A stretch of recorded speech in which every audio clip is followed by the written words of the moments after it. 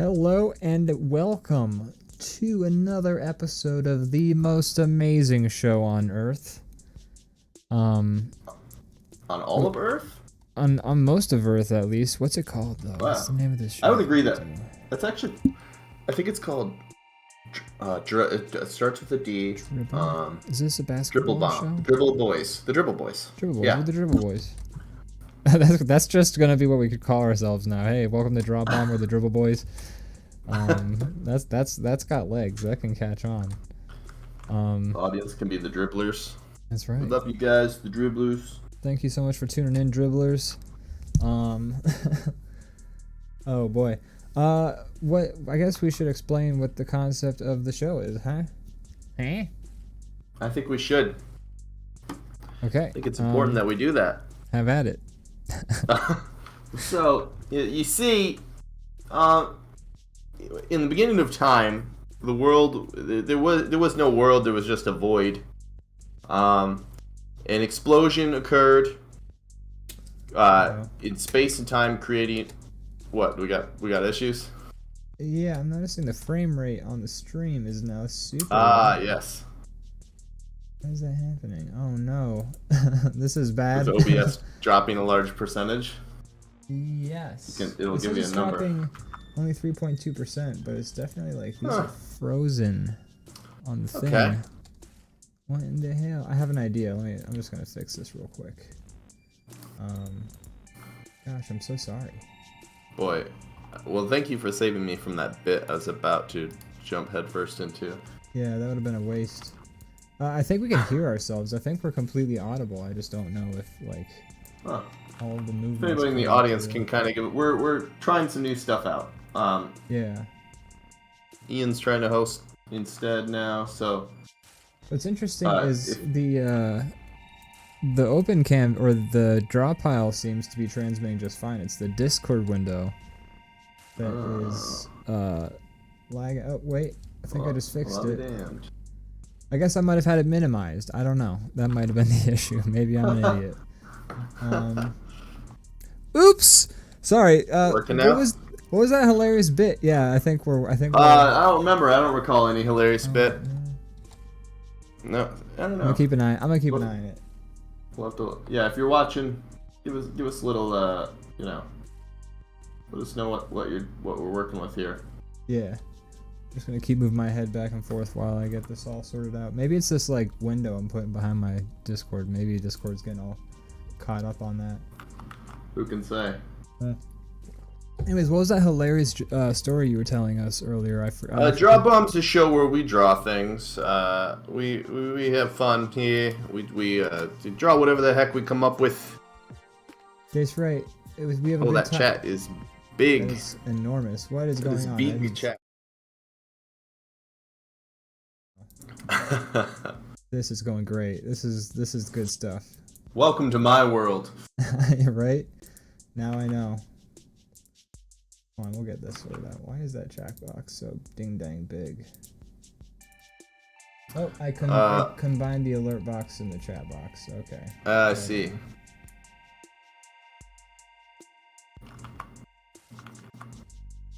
Alright, one sec.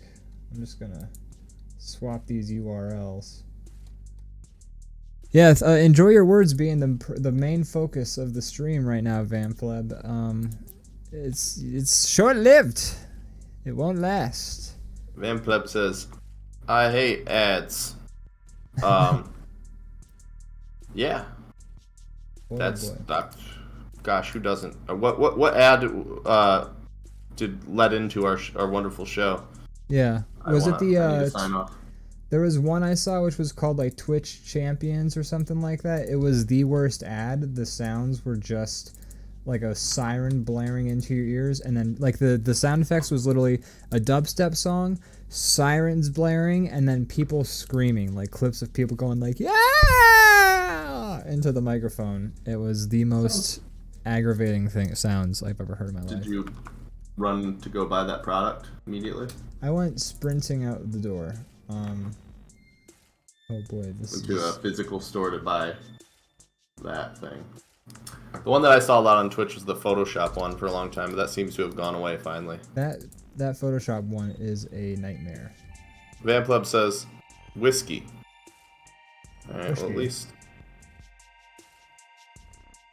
So your chat's in the right spot now, but it's pretty large still. That's actually gonna have to be sorted out, I think, on Streamlabs, the website specifically. Probably. Yeah. Probably. We'll deal with that later. We'll sort it out. Whiskey, I'm okay with that. I can sign off on that. Yeah, whiskey's. I drink it on the show occasionally, so. It's a lot of fun, you know, a good old whisk. I like to just, drink a bunch of whiskey and then go get in a fight. I like to drink a bunch of whiskey and then forget. That's my favorite. About all the fights I was in. That's what I like to do the most of all.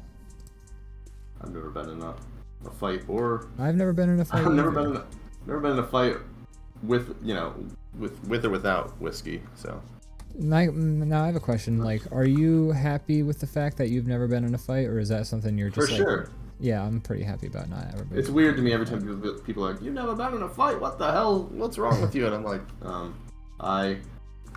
why would I want to be in a fight? Yeah. I've been fight adjacent, but then I've gotten out of that situation because I didn't want to be in a fight. Yeah, I've had people like try to fight me, and then me just being like, I don't want to do this, no. And then it's somehow worked out. Like, because the thing is, I'm not like one to start problems anyways. So, if somebody's trying to fight me, that's like their fault. And I'm generally, my strategy is to let them sort themselves out first before I even try and like get myself involved in that situation. It's happened. It's rare that I've deserved the fight that is being thrust upon me. Yeah, not that maybe there once aren't or times. twice. There have been times for sure where I have been like, if somebody were to be like, I'm gonna beat the fuck out of you now, I would have been like, at least current like self. Back then, I probably wouldn't have known. Like, I would have been like, what? Don't like beat me up.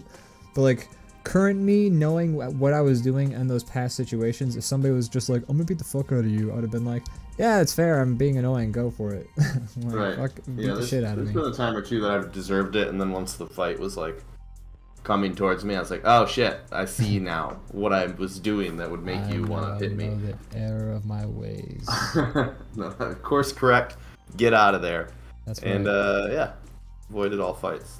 I've avoided some fights too, and it's been good. Like I was in one situation where like it was like folks I worked with at the restaurant, and like the dude, I've told the story like a few times on like to you and on this thing, so I don't like want to reiterate, but in this context it fits because like he was trying to fight me, and like the other guys who I was working with, they were like holding him back, like physically restraining him. Hold me back, like, bro. Hold me back. Hold me back.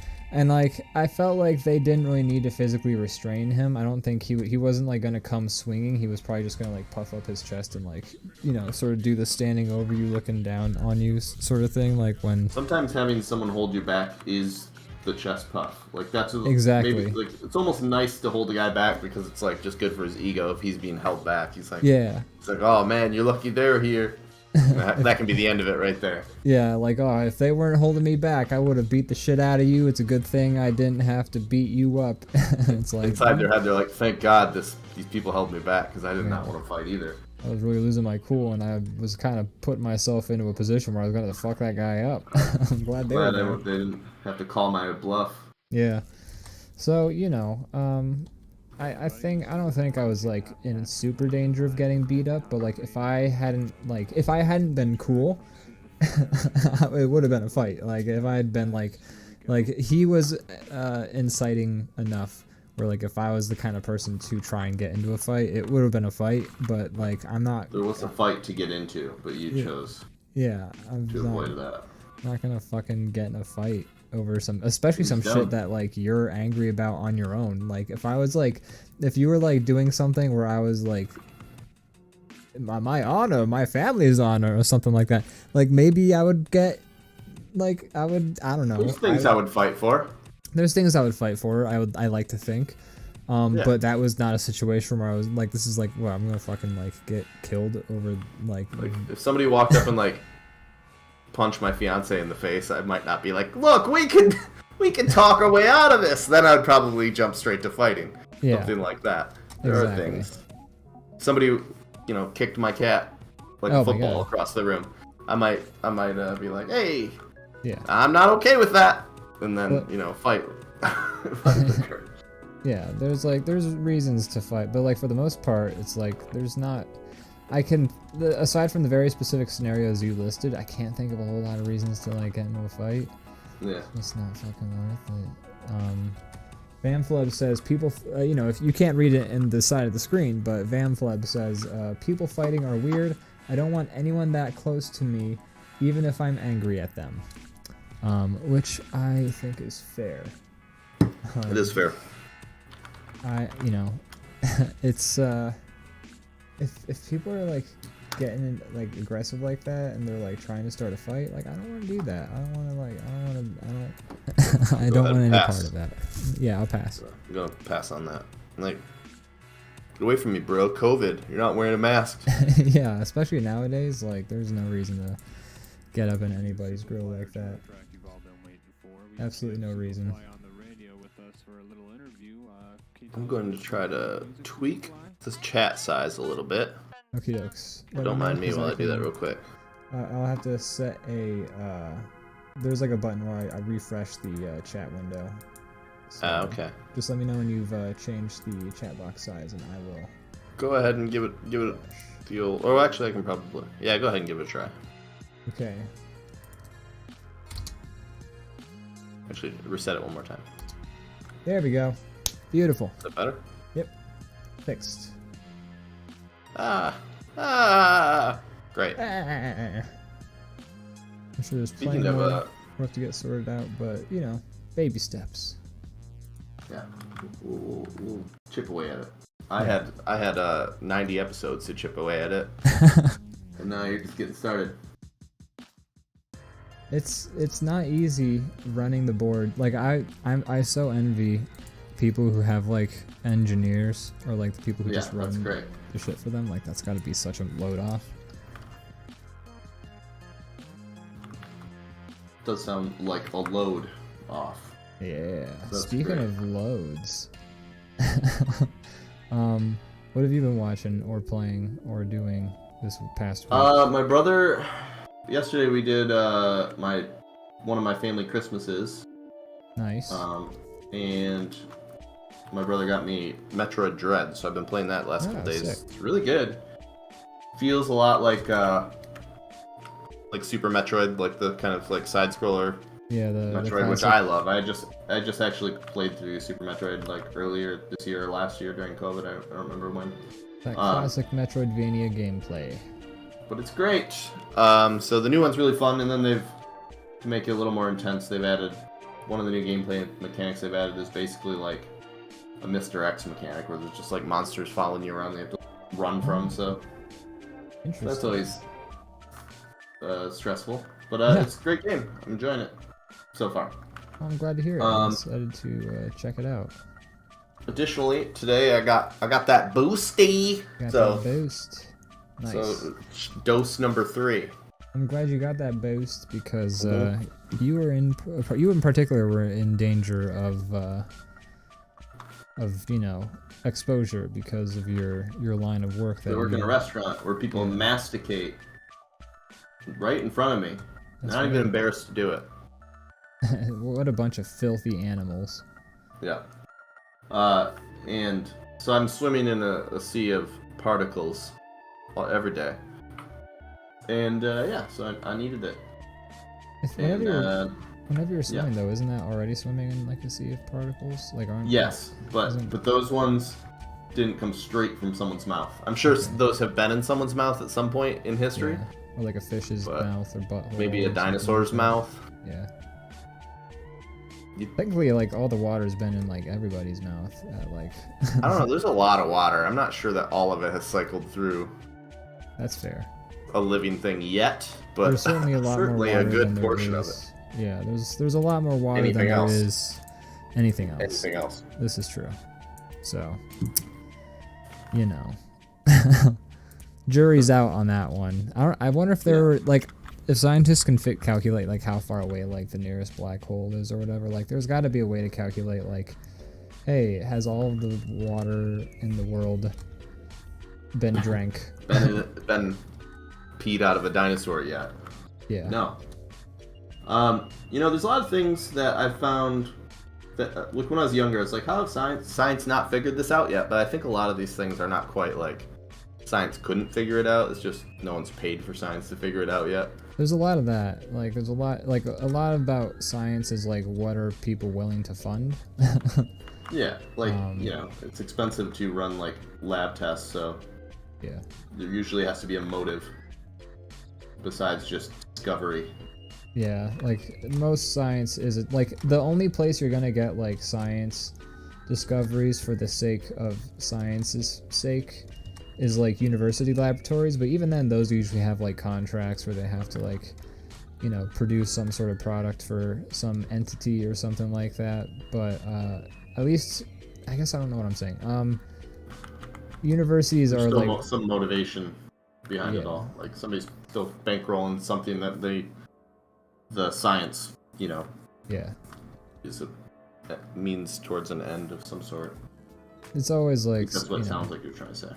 Well, I mean, universities are a lot of where, like, most of, like, scientific breakthroughs happen, because university laboratories are where, like, students sort of have more leeway to just sort of, like, study shit and, like, make those sort of breakthroughs. I'm gonna pause you just for a second. Kyle says our screens may be frozen. Yeah, I mean, that's what I was talking about before. I don't know why it's doing that. I don't know why the Discord windows stop moving. They do work occasionally. I just sat very still. That's all. That's the reason. Yeah. I was hyper focused. Like, what I do is, here, I'm gonna try something. I'm just gonna take away the Discord background. I feel like that's making Discord seize up with all the graphical intensity going on right now. Let's get rid of that background.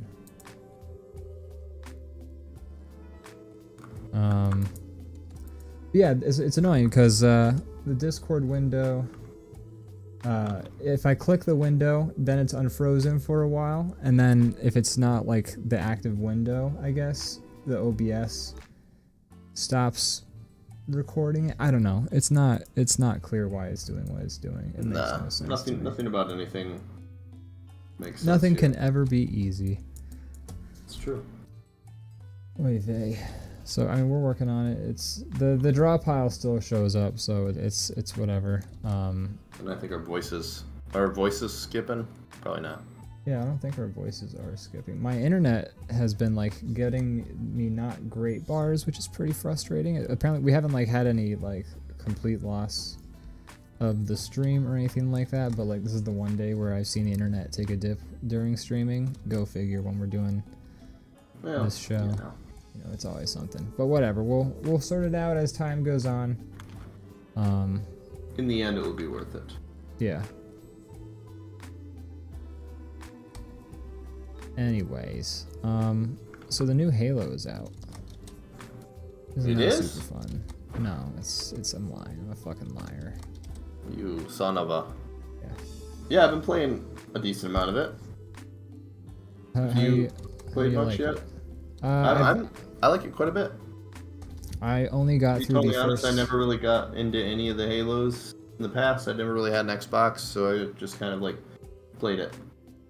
Cousins' houses, friends' houses, stuff like that, and yeah, I never really got into it that much then. Not like I didn't like it, I just didn't happen. And yeah, I've actually been enjoying this quite a bit. Pretty fun. Multiplayer's pretty good. It feels classic, and the campaign's been pretty decent so far. We got a subscription from Zone Dog. Zone Dog. Well, thank you for Friend that. Friend of the show. Thank you, Zone Dog. You know, I realized I need Dog to... says, shiny and chrome. You didn't hear the... that came from... I didn't, but that's alright. We can sort all that out later. Yeah. I don't think it was audible even in the OBS, but that's fine. Again, we'll get that all sorted out. But, anyways... uh-oh. Zone Dog says, you guys' audio levels are so solid. Oh, hey. I was expecting. What can I say? I know how to set up an OBS. I don't.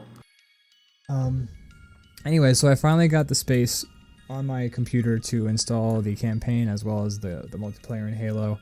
So I've played... I haven't played barely any. I saw the opening cutscene, which I thought was really cool and well done. And then it was time for us to start doing this show. So I'm not very far in the game at all. I'm not even past the first room. You have to like slog through kind of a tutorial opening thing. Yeah. And then the game opens up a lot and gets a lot more fun. I saw Austin playing that opening tutorial area and I was just like, oh boy, I can't wait to have to get through this. Because I'm really interested in the open world. I like the running around and the doing whatever I want, going where my whims take me. Yeah, it definitely is a more fun way to play. But sorry, Kyle's distracting me by posting pictures of my face. Oh, Discord. God. Isn't he always doing that, though? He's always doing that. And we're calling him out live on the air. That's right, Laser Kyle, Crazy Kyle. Which he might end up liking, which is backfire on us. Yeah, this is just giving him exposure. I started to write the word laser, so instead of calling him Crazy Kyle, I started calling him Laser Kyle, which I'm sure he would also approve of. So we were trying to basically call him out, and we're just giving him ammunition. So we're doing a great job. Zone Dog says, "Is that Gordon Ramsay, the master chef?" Yeah, master chef. That's right. Somebody's had to have done that already. I need a bleeding weapon. I was gonna make a joke. Throwing a birthday party. What? Sorry, go ahead. I was gonna yes and to make a joke, but then I realized I know nothing about the Halo world. I don't either. I've never really liked Halo. Anytime I've never had an Xbox either, so like I've only ever played Halo at friends' houses, and I'm not like much of a competitive game kind of guy. I like co-op a lot more. So like whenever people were like, "Hey, do you want to play Halo?" I'd be like, "Cool. Do you want to like co-op through the main campaign?" And they'd be like, "No, let's do fucking deathmatch." And be like, "Oh." Yeah. Oh boy. And then they're like, "It'll be fun," and then you play with them, and they're like, "Fucking stop dying! You're making us lose." And you're like, "I'm having fun." Yeah. I love hanging out with you, man. I love playing online games where I'm competing. That's a great way to relax after like a hard day. Is getting emotionally invested in something which I only have a modicum of control over. So I mean, it's great. Yeah, I'd rather play Overcooked. I like a game where every time I lose, people physically assault me in a sexual manner in the game, just to make it even better. Vampleb says, "Halo is probably the first game I ever played. Haven't played since though." Yeah, yeah, I used to play quite a bit back in the day with like at friends' houses, I guess, but not really like the stories or anything like that. Even though that's probably what I would have enjoyed the most at the time. I mean, the story, like, okay, so I actually didn't know anything about the Halo story until I was living on my friend's couch for a couple months, because then I played his Xbox and he had the updated Halos on it. So I played those, and so I finally understood what the ding-dang Halo the games have always been talking about is. And I know a little bit about like what led up to the first Halo. I mean, I don't know what happened. I got like so far in the main Halo 1 campaign before I got invested in like other games, and then I had to move out. So I still don't super know what's going on in Halo. I know what's going on in the newest one because at least in the beginning so far. But like the moment they start making callbacks to previous like story elements in the series, I'm gonna be lost. I won't know what the fuck's going on. And I would have liked to play through like the old Halos before the new Halo came out.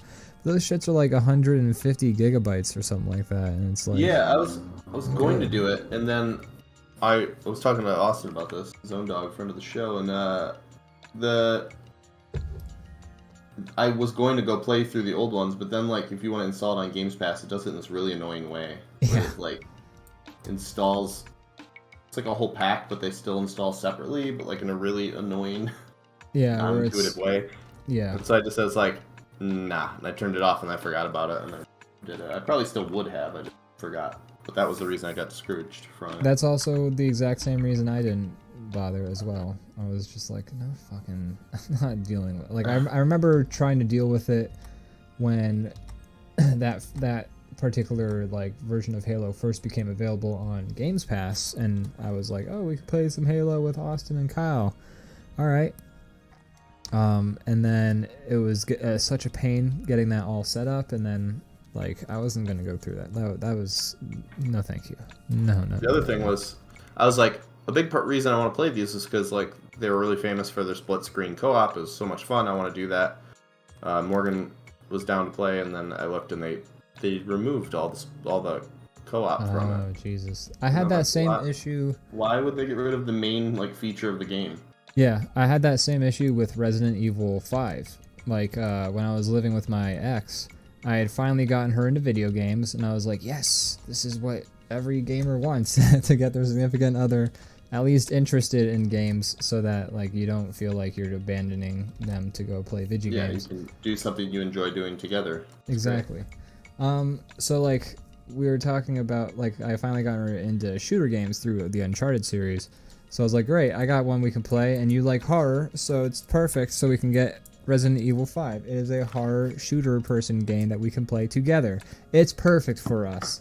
So I bought it, and I installed it, and I opened it up, and it turns out the PC version, at least the base without like mods or anything like that, there is no split screen co-op like the original Xbox version. You have to be on like separate computers playing your own separate copies of the game. And I'm like, this is stupid also, because this game was designed with co-op like otherwise you have a dumbass computer running around as your partner for literally the entire game, and that's just... And they're terrible. Yeah, they're really awful. Bad. So, dumb. And not only that, but like, so when they port it over, they're like, alright, let's port this over. One thing to do before we ship it, remove some features. Alright, ship it! Yeah. Like, I'm not a game developer, so can't say I understand every detail, but the fact that they just like strip stuff from it when they bring it over seems like that would take more work than just leaving it the way it was. Yeah, and for some games it makes even less sense why the features are missing. Like for instance, Shadow Warrior 2, I played this year. It was like my podcast listening to game. But that game would have been nice to play with friends, because the PC version of the game does have co-op, like up to 4-person like co-op, but only for like if you're playing the game off of Game Pass. The Game Pass PC version doesn't have the co-op, which makes absolutely no sense, because like it's like the PC version that you can get on Steam and other services does have the co-op. So it's not like the PC version doesn't have this feature, just the specific PC version of the game that's on Game Pass doesn't have this feature. Two versions of the same PC game just to leave a feature out. I don't get it. It's so dumb. And I'm like bummed, because I was like, oh my god, like this game would have, it's like basically a Borderlands style game, but like with really cool graphics and crazy creatures and etc., and like procedurally generated levels. So I was like, oh, this would be a lot of fun to play with friends. We could just shoot the shit and like blow monsters up and have a good old time. Nope. And I can only hope that when Shadow Warrior 3 comes out, which I will play, that they don't like strip that feature from the Game Pass PC version of the game. If they put it on Game Pass, I don't know. Either way, it's dumb. It's dumb. It's stupid. Fair argument. So dumb. Well, anyways.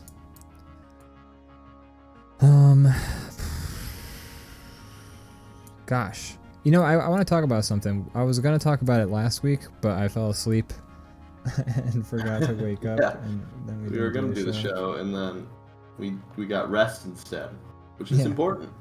You know, I don't hate my I hate waking. It's the worst feeling to wake up and realize, like, you know, like that's right. Such an awful feeling. But you know, that happened, but I don't mind that I just slept. That felt good. It felt good to just at least that's what you were doing, you know. There's worse things could have missed the show for. Yeah. Oh, don't mind me. I was out feeding my dark passenger. You were killing neighborhood cats again, or I mean, I was just killing. Not cats. Murderers, right? I started with cats and then I worked my way up. My dad was like, no, don't kill cats, kill rapists. And I was like, alright. Okay, this seems like a healthy thing to teach your child. Oh, man. That show's back. That show is back. I wanted to check out the newest episodes, but you gotta have like a subscription to Showtime, and I'm so curious because my brother has it, and he gave me the code. Oh, he did. Well, I mean, I have it in case Showtime is watching this stream. But no one's watching this stream. That's not true. We got Van Don't Fleben. downplay our wonderful viewers. But yeah, I haven't watched it. I don't know. I haven't watched a lot of the show. I've seen certain seasons and liked some quite a bit and disliked some quite a bit. So I don't know. But I'll have to ask him how it is, or just watch it myself. I'm so curious how they. So, spoilers for a show that is now being like revived and retconned and whatever. But like at the end of the old Dexter, like he kills his sister. Like that's how the show ends. I believe that's the case. And I've seen like the trailer or like the screenshots for the new season of the show, and his sister looks very much alive. And I think she's joined his dad as like someone living in his head. Oh, interesting. Okay. Which seems annoying. Yeah. To me, but yeah. Like how many people are living up there? Screaming at him the whole show. It's just every episode he kills somebody and then they just are like added to the menagerie. They join. Yeah. That'd be great. That there's just like by the end of the final episode there's just like a room full of people. One of them's like John Lithgow like yelling and yeah, no.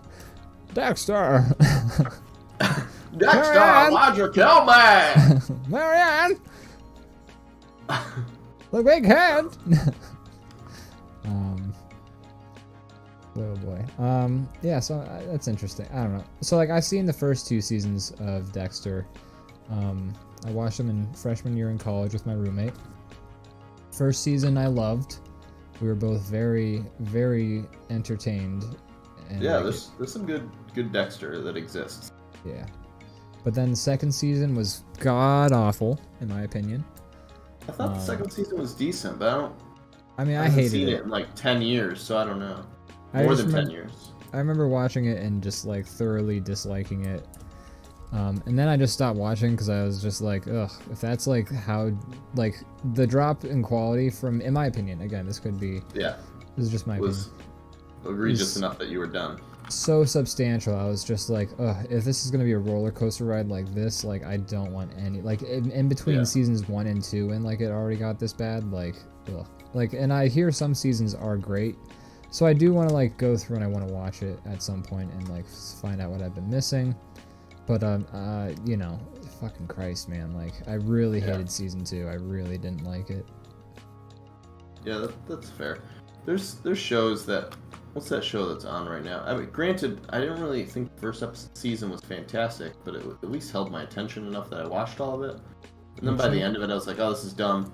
It's like a show about like, the Netflix stalker show. Weird stalker guy. And I even like watching the first season, I'm like, this is dumb, but okay, I still want to know what happens. I kept watching it. Yeah. And it ended, and I felt a little bit of shame for watching it, but I was like, whatever. It held my attention. And then the second season came out, and I was like, all right, let's see what this is about. And I made it like half an episode in, and I was just like, and I just turned it off, and I was done. Okay. The most egregious thing for me, sorry if we're going into spoilers, but this is pretty minor spoiler territory. So one of his key things is that he has like a big glass box. He runs like a bookstore, and down in the basement he has like a glass box that's like supposed to be like rare book storage. Like, you can set all the settings like so it's like keeps the books controlled. Yeah, exactly. Like to a extreme degree. Yeah. But he uses it to like keep people, that he like kidnaps and stuff. Gotcha. And it's a big part of the show because like throughout the show there's different people in the box that he's captured like for whatever angle he's doing. Because he's crazy, he's like killing people and doing crazy shit. And then it's this giant box. Anyways, at the end of the first season there's some people who are onto him and there's weird loose ends, and he literally like gets in a car and hitches a ride and changes his name and travels to the other side of the country like instantly without he basically disappears. Is it like a period show? Like, does it take place in like a older time, like before cell phones? No. Like it's like modern day. I'm willing to suspend my disbelief that somebody can disappear if they want to. Sure, okay, fine, I'll let that go. So he vanishes, and now he's on the West Coast, and in like the first episode, somebody gets in his way or something, and all of a sudden it cuts to him in another basement with a big glass case, and they're in it again. And I'm like, how did you travel? How did you bring the glass case across the country? It's like the size of like a small room. It's like the size of like a small bedroom. Jesus. It's giant, and it was he just had it again. And I'm like, where did you buy a new one? Did you have it shipped? How did you get the glass case over here? Maybe he got like a new one. Like, I mean, it's something that custom made this big glass thing. Maybe he knows how to. In the audience. I don't know. I don't know anything about the show, so I can't even begin to make excuses for it. Thing would need to be taken like apart and shipped like in like a big truck. It's giant. That's giant. It's goofy. Like the size of but he managed to get that across the country and into whatever new place he was staying.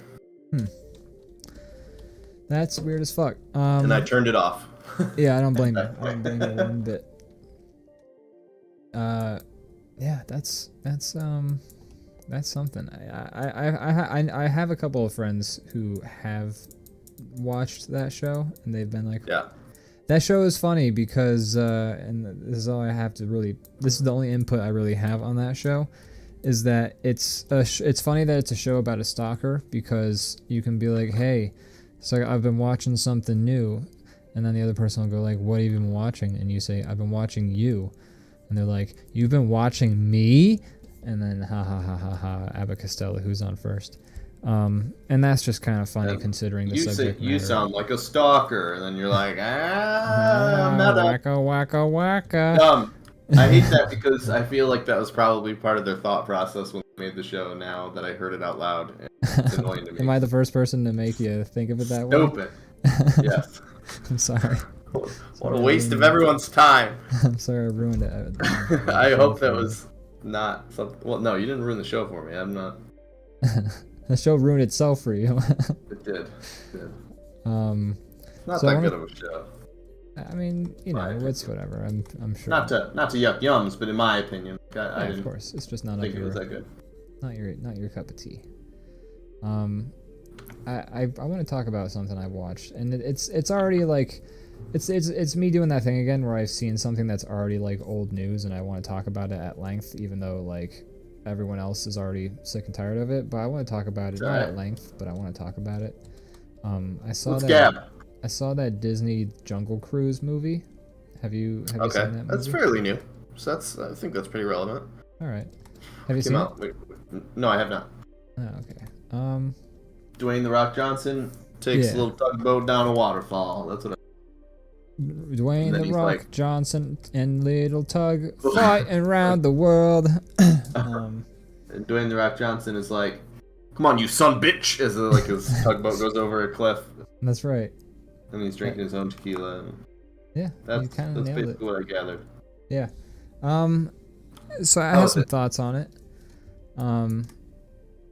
It's fine. Okay. There's something about it that really bothered me, and the story's whatever. It's all whatever. It's just, it's I don't know. It was very whatever in my opinion. The funnest parts were The Rock just being like, he just plays like a Han Solo type. He's like essentially a scoundrel who's just like very apathetic, and he's very aloof, I would say, and like he's like talking, like he's giving like his tour at the beginning of the movie, and like he's like telling terrible puns, and then like some kid's like, can this guy stop telling puns? And he's just like, I will never stop telling puns, and also shut up. And like that aspect is enjoyable, and then the rest of the movie is just kind of like meh. The Rock and the villain are the most fun characters in the movie. The villain's played by the friendly neo-Nazi from Breaking Bad who kills the child. Todd, the friendly neo-Nazi. And which I don't think is his actual. I don't think anyone ever actually calls him that. That's just what I call him in my head. In Breaking Bad, Todd the friendly neo-Nazi. He's not even a neo-Nazi in that show. His uncles are neo-Nazis, and then he's just a psychopath because he's grown up with a bunch of psychopaths and neo-Nazis. So he's an interesting character. But anyways, the villain in the game is played by that actor who he's great in everything I've seen him in. And he's in Fargo. He's pretty good in that too. Oh yeah, I heard he's in. I need to see Fargo. Or the show. Yeah, I've heard the show is really good. Yeah, it's interesting. Watch the movie first. That's better. I've seen the movie. Yeah. Oh, okay, good. But he plays the villain, and who's like the movie takes place like World War I era, like I would say it takes place at like towards the end of World War I. I don't remember exactly. They give you some sort of exact timing of it. I think it's like 1910 or something like that. And I think World War I either began or ended in 1914. I don't know the exact dates. Anyways, but he plays like a German Nazi, essentially looking for. It's like very Indiana Jones. He's like looking for this mystical artifact to help Germany win the war. And he's just a very enjoyable villain because he'll be like shooting a submarine gun and like humming a song from like Wagner or something like that while he does it. So that's enjoyable or whatever. But like, so there's these like fight sequences and like action set pieces, and like they should be thrilling, and they're very well organized, choreographed, and like shot or whatever, and like they're very slick, and the camera's always moving, and like things are happening. But like I just hated them. I hated the action sequences because it's so like just to give an example, like the first one is like she's in a library just like trying to basically outrun the German guy and like his henchmen as she's like trying to steal a artifact and escape the library, and then she ends up like on a ladder, and she's jumping the ladder around, and like ornamental daggers are like falling and like missing people by like inches, and like all this crazy shit is happening. Like they're sort of like doing these action sequences where it looks like they're sort of giving the illusion of like sort of chaoticness by like all these different elements in the environment sort of like becoming like falling over and et cetera, et cetera. But it all just feels so choreographed, even though it's supposed to like in like a Jackie Chan fight scene, for instance. Like Jackie Chan will like bump his face on a ladder as he's like running, and then like that he'll like have to sort of like pick himself back up from that and like kind of still come out. They choreograph things in to make it look not as choreographed. Yeah, like exactly. They choreograph things in, and like a lot of the time it's like something that's fucking up Jackie Chan because otherwise he's just kicking people's ass with a bucket or something like that. So like they'll add in like those quote-unquote flubs, as you said, things to kind of make it look not choreographed, even though it's actually intensely choreographed. So like this movie has elements like that in the fight sequences, but then because everything is like quick cuts and like it's like you can't ever not tell what's happening, but because like all these quote unquote choreographed elements are happening, but like with different cuts and things like that, it goes from making these elements feel organic to just feeling just overwhelming and like kind of frustrating. I kind of felt the same way with a lot of the Pirates of the Caribbean fight scenes. Like it's very similar, like directing for the action sequences, and like I think Pirates of the Caribbean series did its action sequences a little better, but it still felt very much the same way. Just kind of very soulless. I don't know. It didn't feel. I just really hate it. I don't know. I can't even like put my finger on exactly what it is that bothered me about the sequences. Like they were well shot, they were fine, whatever. It just felt unexciting entirely. Yeah. And, yeah. I think choreographing. Is that right?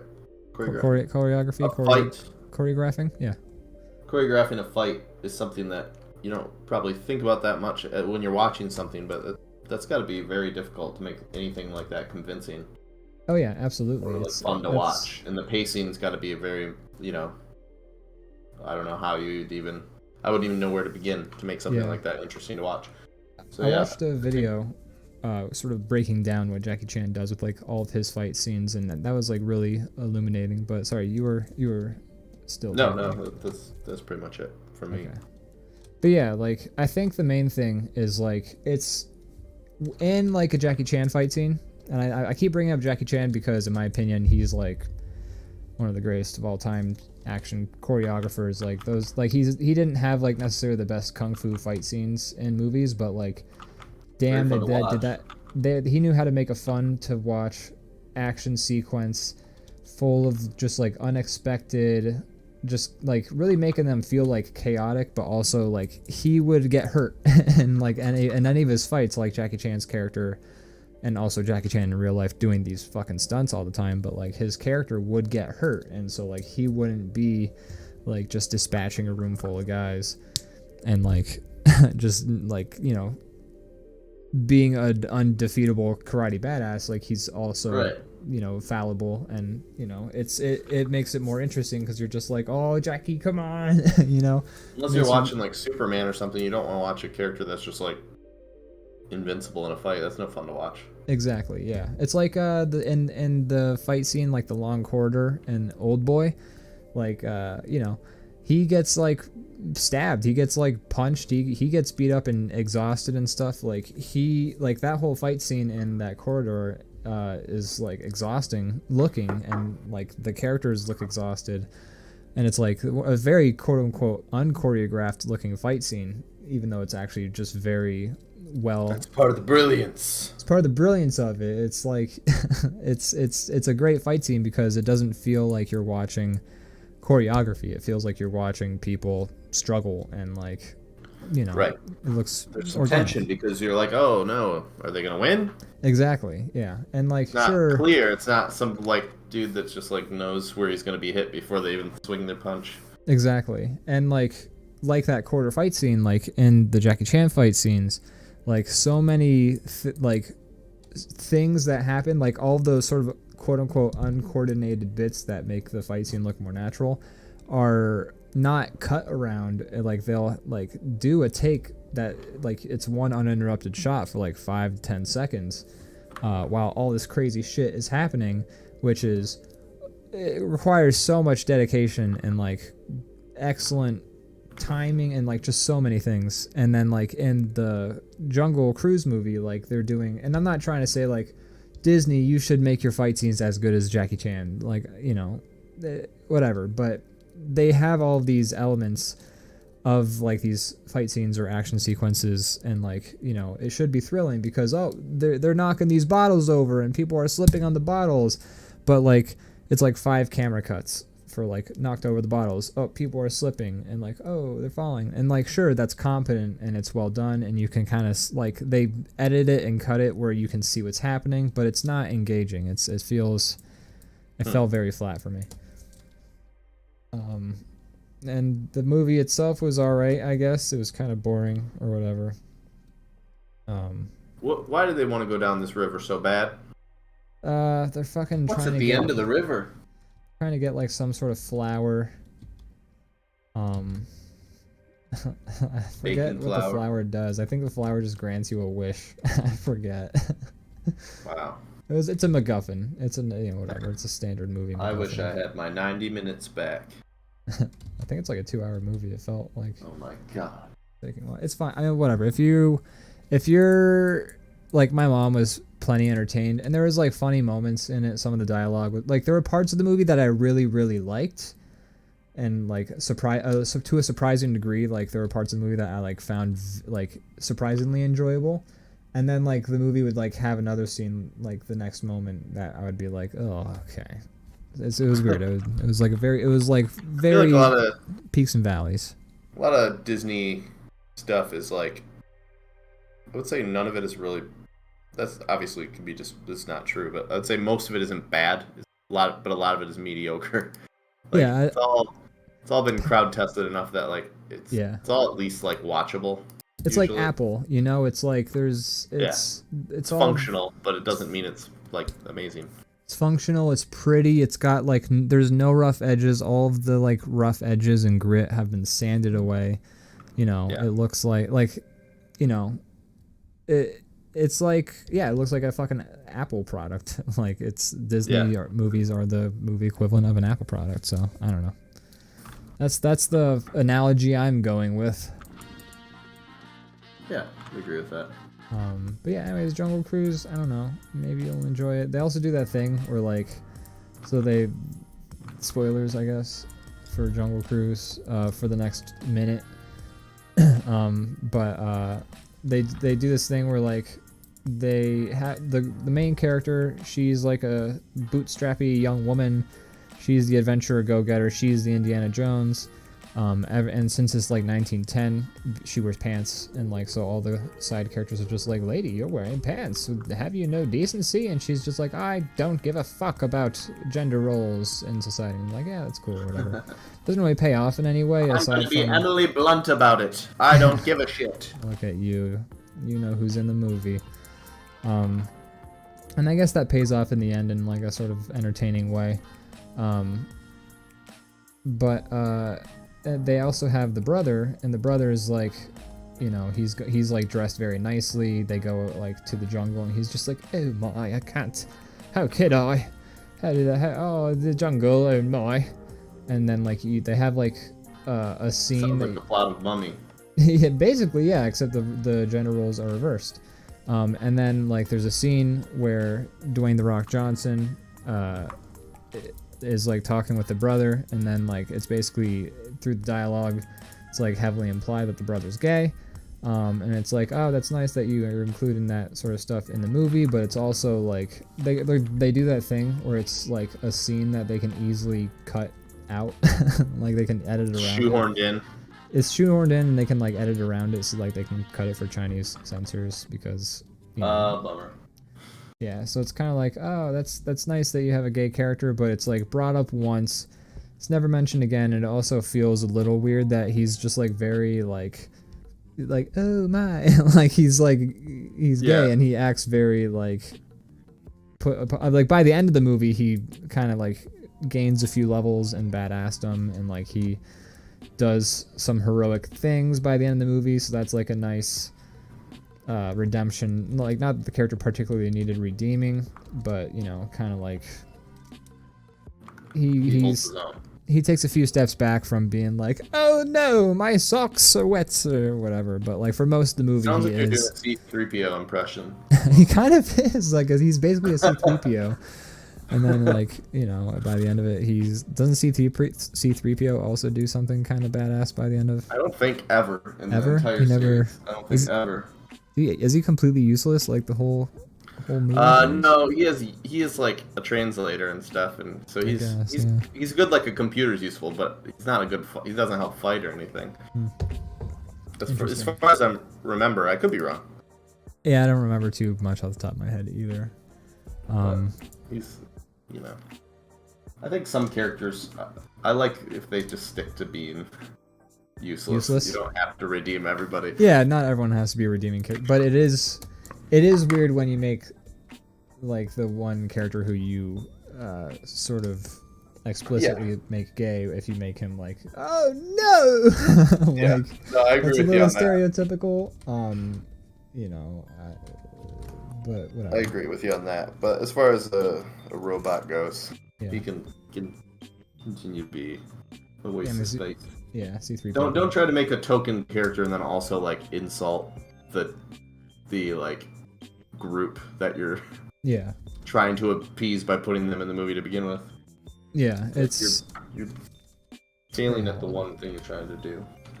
It's especially because it's like it's inclusivity, but like just like the bear, like it's like checking a box off essentially. It's just like okay.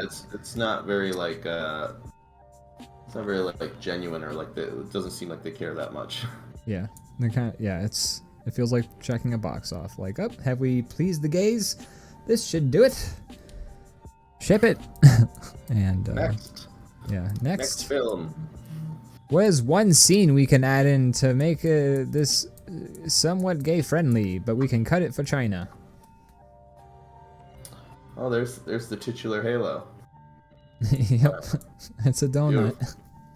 We want to move on to the next drawing? Yeah. Okay. Let me save this real quick.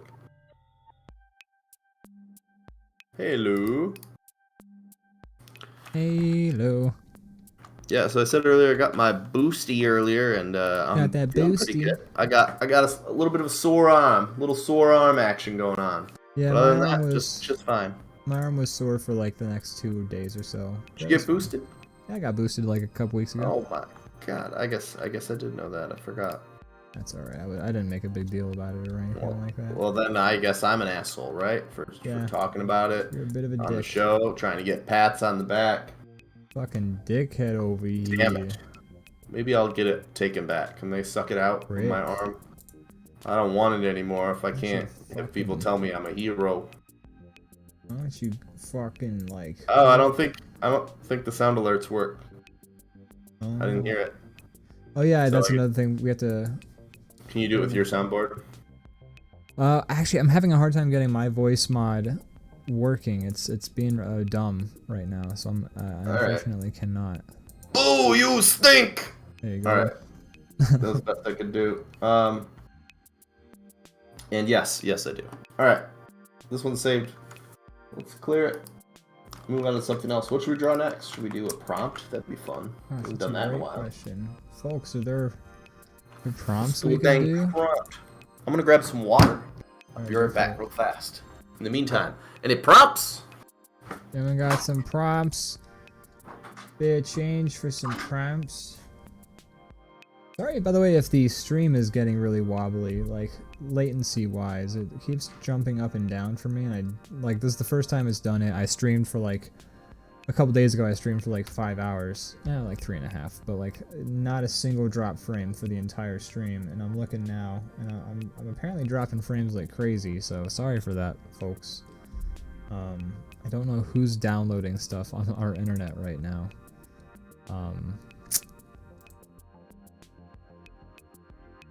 Don't know what that's about, but either way, thanks for joining us today. Gosh, have we got a fun show for you? If you liked the first hour that you just saw, the rest of it is basically a continuation. So there you go. I'm gonna start looking up some things. We were just talking about robots. So I'm gonna draw some frickin' robots. This is super fun, by the way, when it's just me talking and there's a blank screen and I'm just sort of saving gibberish. This is a good time. Good time. I'm just gonna draw C3PO wearing some sweet fashion. Whoa, hey, whoa! Sorry for leaving you high and dry there. How could you? I was listening to you. In the meantime, you were doing great. Thank you, I appreciate it. Alright, let's figure out a prompt here. If you're drawing C3PO, that's great, but otherwise, let me see. I'm gonna look for prompts, unless anybody has any ideas.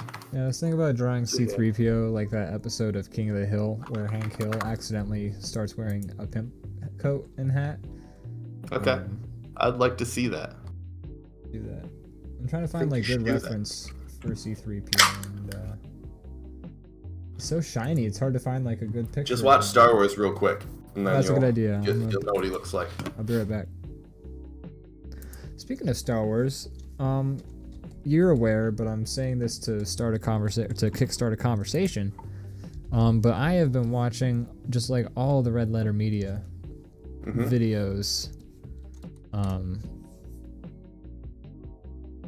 Great channel. This is a great kickstart to this conversation. Oh well, I mean, if you haven't seen their prequel reviews, it's kind of what put them on the map. They're like pretty popular YouTube channel now.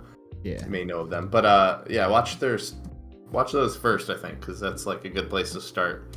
It's good, and then they just review a bunch of stuff, and they're pretty fun to watch, entertaining. Yeah.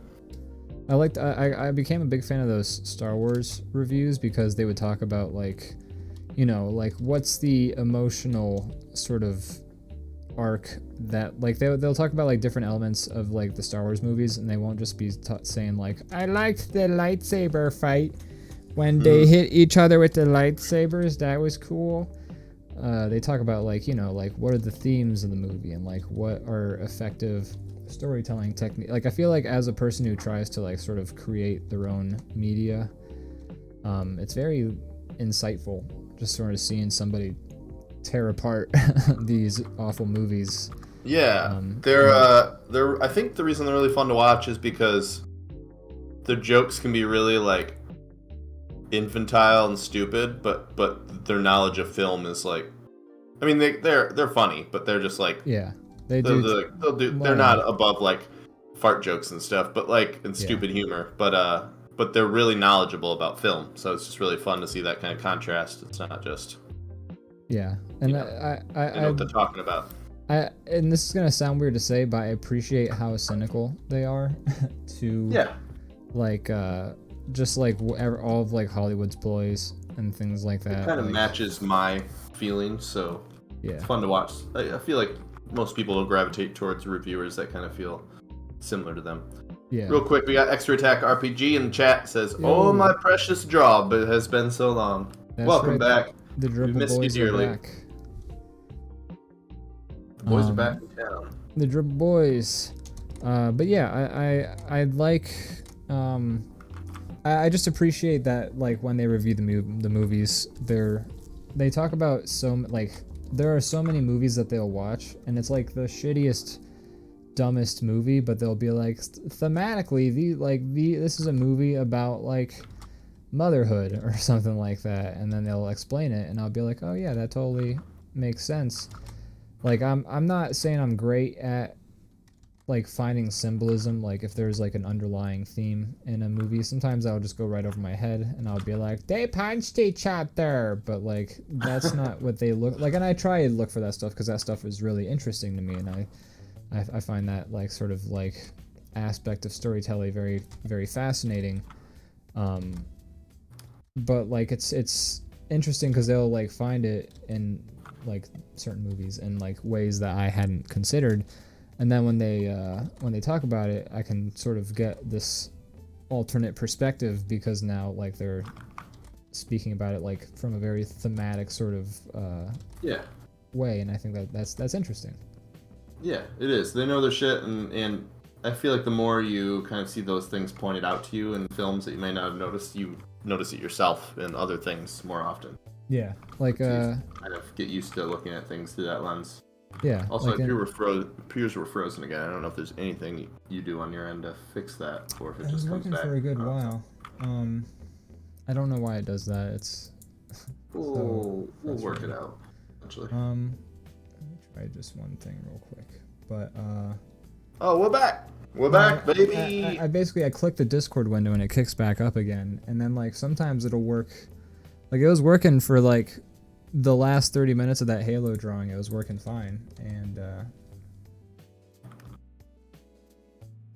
no, it's not witchcraft. I clicked the window when I know that the windows are frozen. I click it. It's whatever. But I will burn you if I have to. Will I float? That is the question. But yeah, I lost my train of thought. Whatever. Oh yeah, in college I took a not a film criticism class, but just a general arts criticism class, and that was eye-opening because it was kind of like, hey, when you criticize art, or like when you give critiques and things like that, like this is the sort of like things you're trying to accomplish. And you know, it sort of sounds like a skill that makes sense, just like, oh, I'm critiquing the film, I'm trying to offer, you know, criticism that will make it a better product.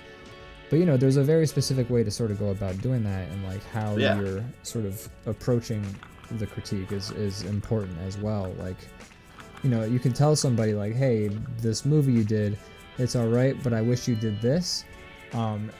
And like, you know, there's a difference between saying that and that you telling them that, hey, I just wish this movie had sharks in it or something like that.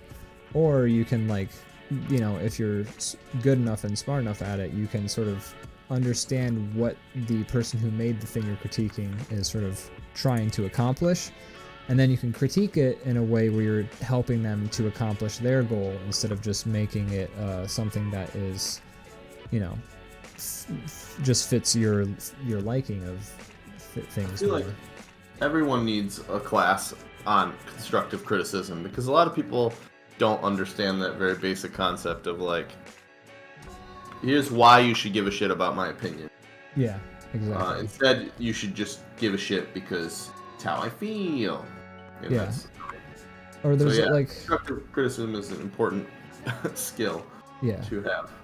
It's like very frustrating when you have like something you're trying to make, like, I don't know, I can't think of any specific examples off the top of my head, but like, say you're trying to do something and then and yeah, exactly, and you show somebody the thing that you're working on and they're just like, I think it's dumb the way that the person does this and that, and it's just like okay, but I wanted them to do this and that because I wanted to convey. There's just a lot of times people will say, like, I wish your thing did this thing the way I would wanted it to happen, and that's not good criticism because. Yeah, that's not constructive. Yeah, it's got to be a good reason for it. Yeah, unless they can, like, unless it, because like if you, sometimes you're making something just to make, like, you know, schlock action or whatever, like that's fine or whatever, but if you're trying to like tell a story, if you're trying to like set a mood or something like that, you know, trying to like drop some heavy metaphors or kind of, you know, or like, it's usually pretty clear what a movie's trying to do, and then whether it's successful or not is a different story.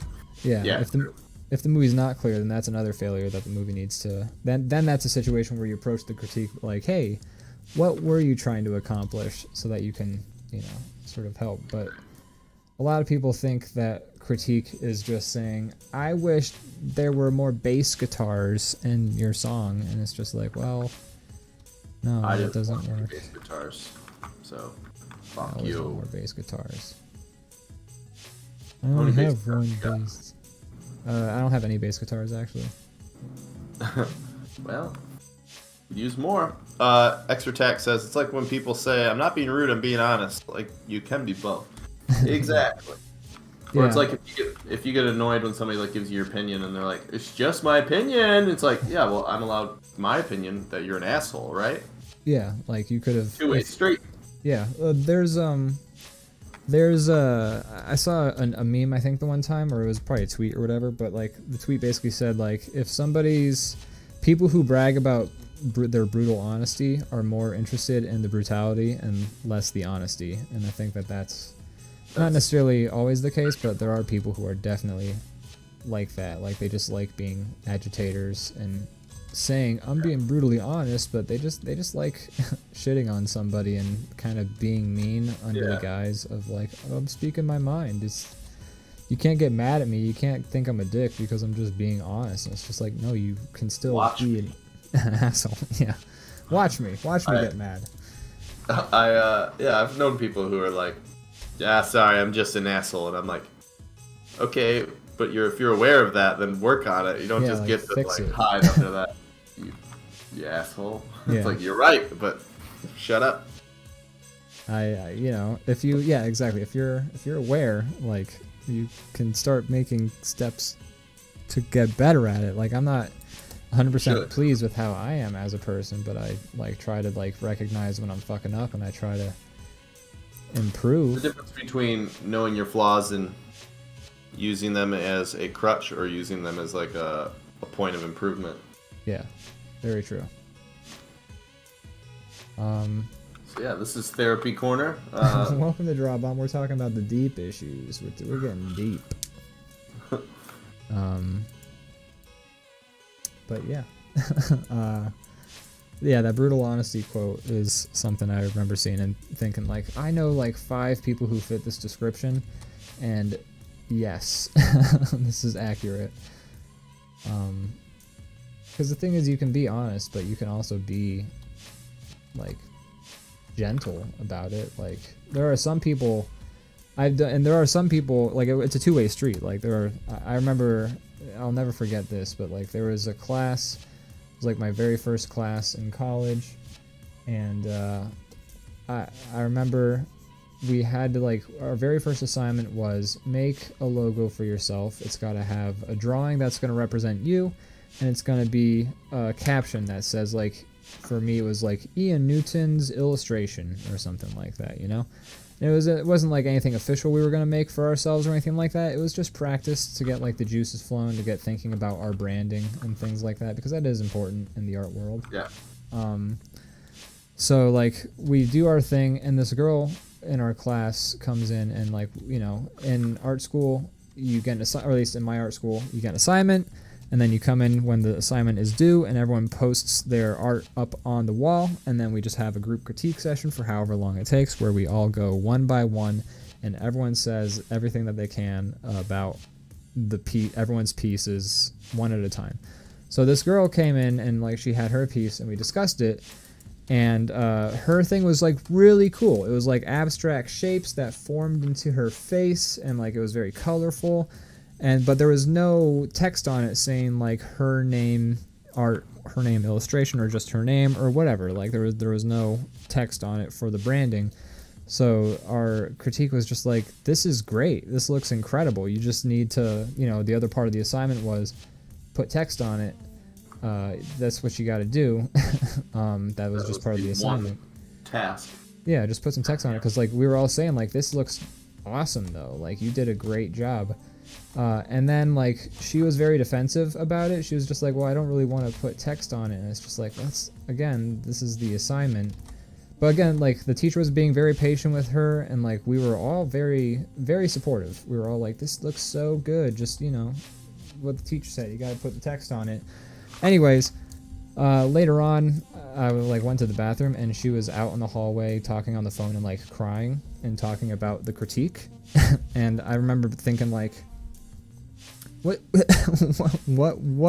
Some people do not take criticism well at all. She apparently, and like maybe the phone call was about something else. I have no idea, but I could swear from what I heard that it had something to do with the assignment. And I remember just thinking like, Jesus, like, you better buck up, because if you're gonna be in school for the next 4 years. And I mean, you could say that in general, but art school, like the critiques of your peers are mainly like the whole purpose of going to an art school. 100%, yeah. Like, you can learn lessons online and stuff, but if you're doing it like in a bubble, you need a group of people to be like, to pick it apart in front of you and explain why. Like, that's kind of the main purpose of art school. Yeah. So people 100%. Who can't handle that, it's like you're in the wrong place, probably. Yeah. Real quick, I just want to read the comments. I think those folks aren't crutching. They're trying to impose they're trying to impose a strong, survive kind of self-centered worldview, which is, and then Extra Attack agrees. I think a lot of that is being that being an asshole is the only way they felt to have like any power, so they just run with it. One time in college, I made a song for a class where we were discussing lyric writing, and my teacher in front of the whole class said, "Have you ever considered singing lessons?" Which seems like a rude thing to say. Like, a rude thing to drop, like, on a person in front of everybody. It's almost like you know, anybody with any kind of social ability could probably see how that would maybe just talk about it after class. Yeah, you can give that critique without being a dick, and it sounds like they did not do it that way. Yeah.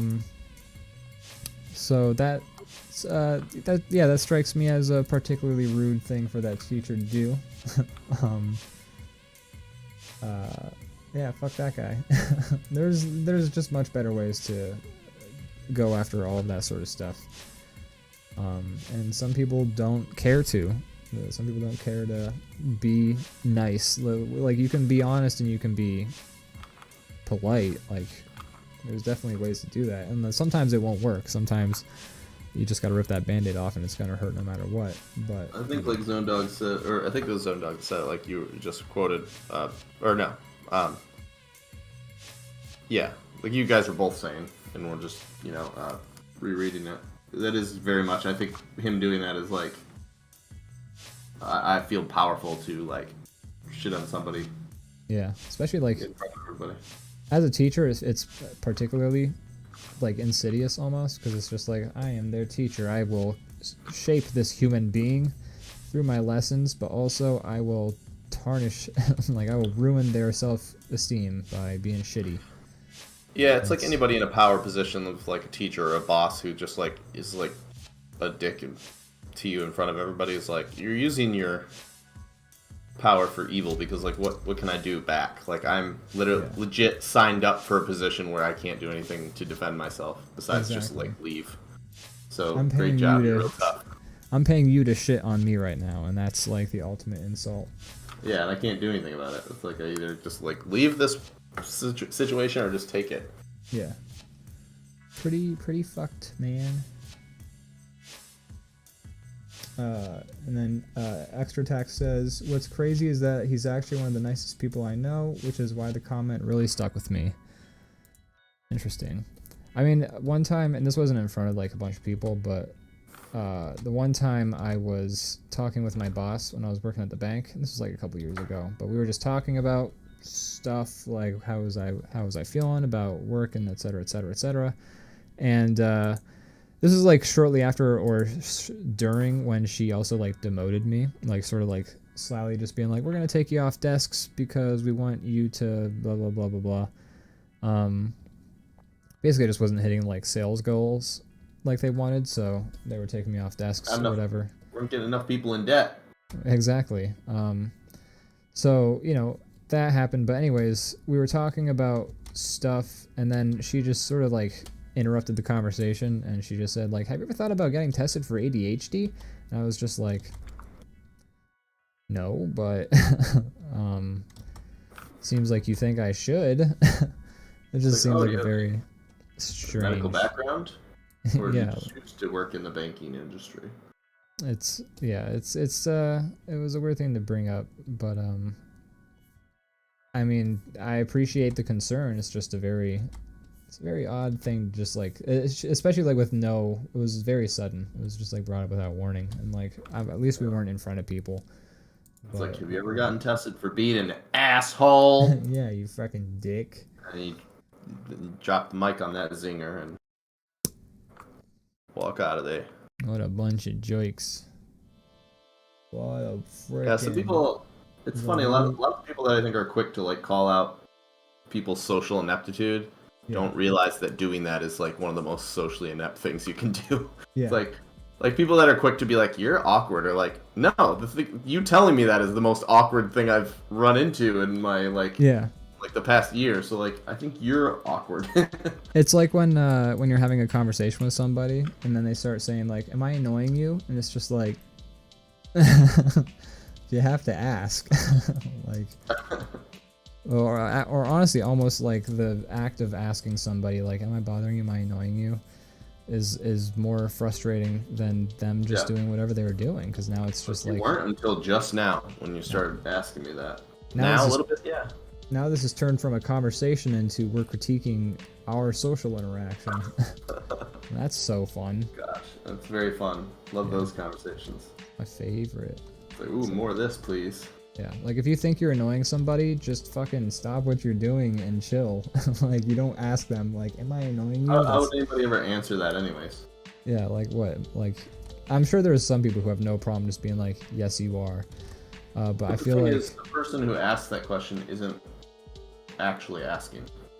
Because if you said yes, they're probably gonna be offended, right? So. Well, I have to assume that if somebody is asking that particular question, then they are feeling particularly fragile emotionally and sort of, self-perception wise. Like they're like if you're asking like, "Am I annoying you?" then your social anxieties are probably kicking into high gear, and like that sucks. Like I get social anxiety. Like okay. I totally get that shit. Like so like if somebody asks you like, "Am I annoying you?" If you were to say like, "Yes, you are. Can you please stop?" Like, and this is probably me not having enough faith in people's emotional fortitude or whatever, but like I feel like a person who's already so socially anxious that they're asking you that, like saying yes, they'll like basically snap and be like, "Oh my god," you know. Well, like I guess I was lacking the context, but when you're so there's noises being rewarded, but we can't. I mean, we don't have them working at the moment. We don't have it all set up yet. We're still transferring everything over. We'll get there. Boo, you stink! Boo, you stink! And then what's Let's Get Sexy? Sax, but I'm not gonna sing that. Was that the George Michael? Yeah, we might have to cut that sound because we get copyright stuff every time that pops up. That's a good point. I didn't think about that. I thought if it was short enough, it wouldn't do anything. Yeah, Austin, you bought this episode. Enjoy it. It's yours now. No one else can say the same. I can give him his crypto lips back. Actually, no, I can't because you spent them on sounds. Those get cashed right away. Sucker. Do the no God, please no.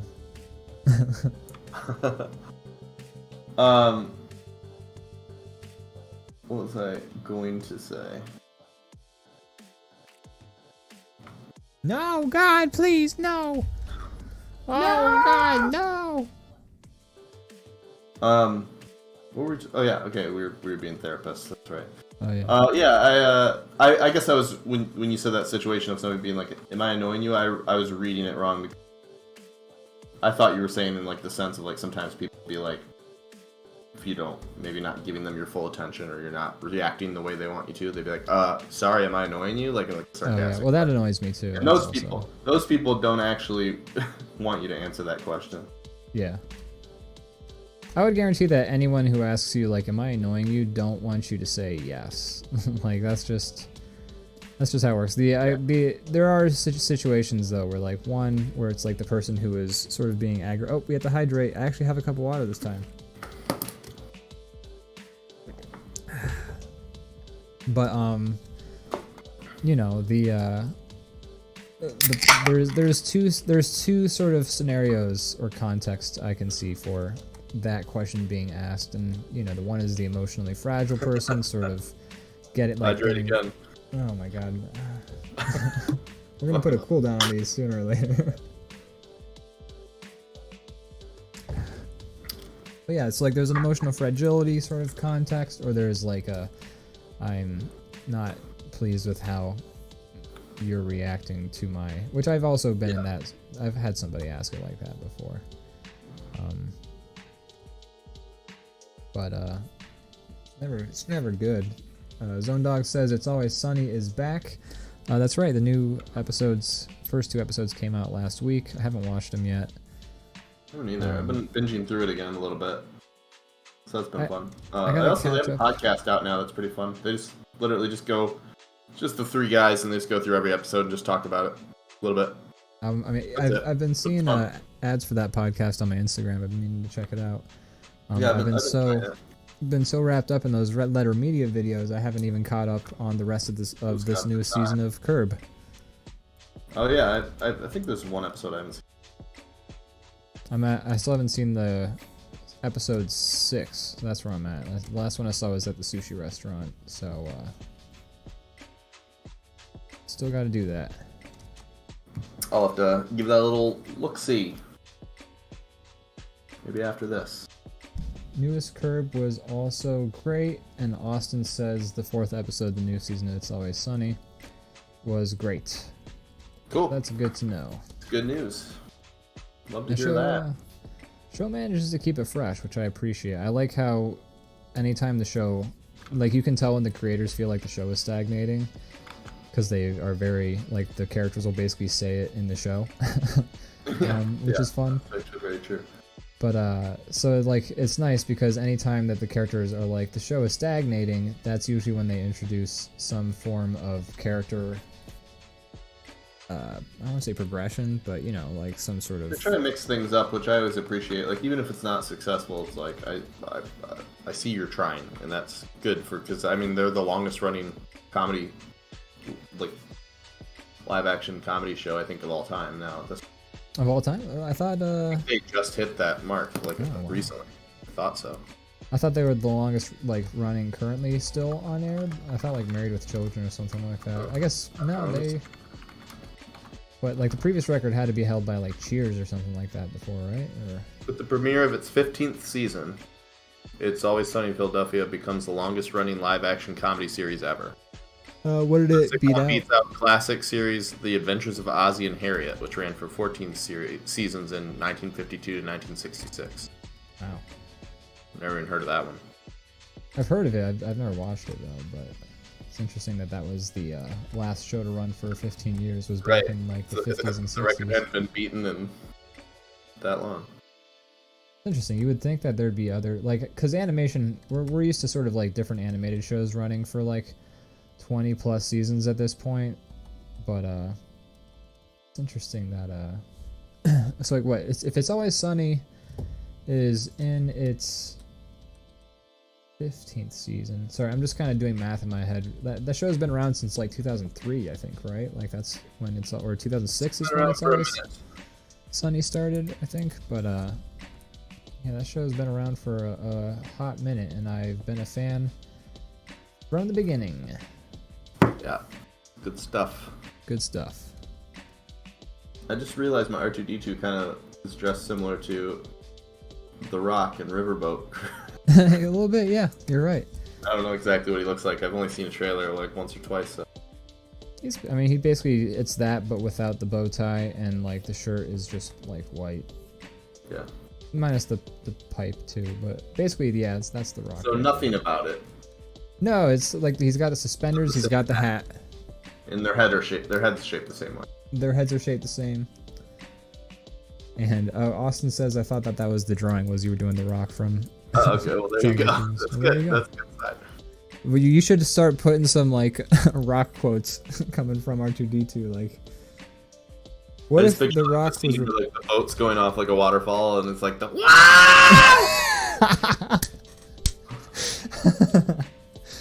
I just like him to imagine like replace The Rock with R2-D2 from like all of his different movie roles. I'd watch that. What would be the best one? I'm trying to think. Like the one I can think of is like from The Rundown when The Rock like finally gets a gun. Like the whole movie, The Rock's like, I don't use guns, and then like he finally gets a gun for like the final scene at the end of The Rundown and just like blows shit up. So I just imagine like R2-D2 sticks out his little thing that he uses to like zap droids with or whatever, and like he just goes around like zapping people. Look at The Rock's. See if you can make him raise one eyebrow with only one eye. How would you? I guess you would do that. I'm gonna draw over your R2-D2 for a second. This is how I think you would do that. I loved R2-D2's most recent rap song that came out. That's right. I forgot The Rock did a fucking rap song. There you go. That's R2-D2 doing the... He looks like he got stung by a bee. Oh, you didn't know? Wow!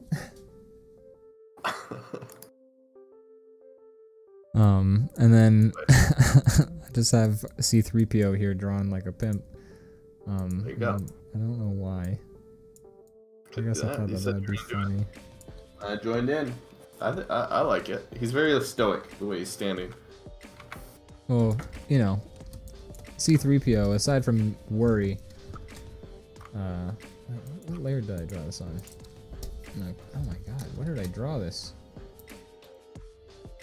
BG2, Jesus. Could I have put it any lower? I have to imagine what... That was a gift, Ian. Incredible. I'm glad you enjoyed it. I want to do C-3PO as a pimp, but at the same time, I don't want to do that impersonation. You ever have that feeling where you both yeah, I feel like it's hard to... It's a hard one. It's a hard needle to thread without... being offensive? Yeah. Yeah, I think so. I think that's it. I think is just like there's like won't do in your C3PO. There are several directions I could take that impersonation where it could just be straight up offensive, and that's a minefield right there. That's the real question. Wow, I really enjoyed DrawBomb until Ian did an impersonation of C3PO as a pimp. It was both racist and misogynist. Never been more offended.